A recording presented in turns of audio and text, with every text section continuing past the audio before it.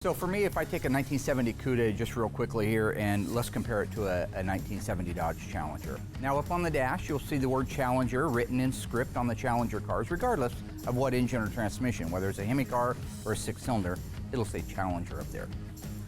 Your Plymouth Barracuda, it'll also say Barracuda up there, even if it was a rare Hemi Cuda model, which by the way is a model on its own, or if it was a 446 barrel or a 340 or a slant 6, it would still just say the word Barracuda.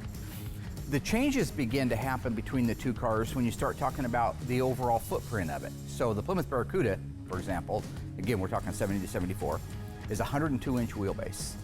The Challenger, which setting next to it look very similar, is actually a 104-inch wheelbase. Now where they get that wheelbase difference is in the rear stepwell. If you were sitting in the back seat of the car and your feet were on the ground, those two pans in there are called the stepwells. The Challenger is actually 2 inches longer than the Barracuda, and that's what gives it the extra 2 inches of wheelbase. So besides the fact that the Challenger is 2 inches longer in wheelbase, the exterior of the car, the styling cues on it, the Challenger I think is more of an executive, more of a rich look to it, because one reason it has the hip line or the style line down the side that's so pronounced. It kind of breaks the top and the bottom of the car up, whereas on the Cuda it's more of a slab side. That's what we called it as kids. It's really flat looking, and that flat, sleek design to me makes it look like it's moving when it's just sitting still.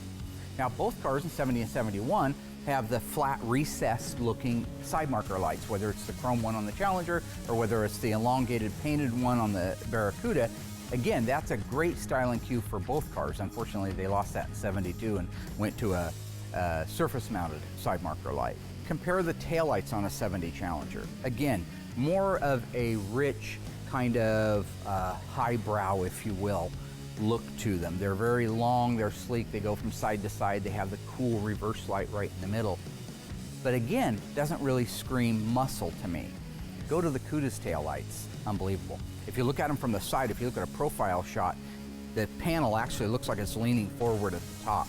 That whole rake look to the rear body panel and the taillights make it look like it's moving down the freeway when it's sitting still. So go to the grille and the front work on a Challenger and a Cuda. Now they both have the standard power bulge hood. Even though at a glance they look similar, they're very different when you look at them up close. The two cars side by side, and I think you'll agree that the Cuda definitely looks like more of a version of a muscle car than the Dodge Challenger.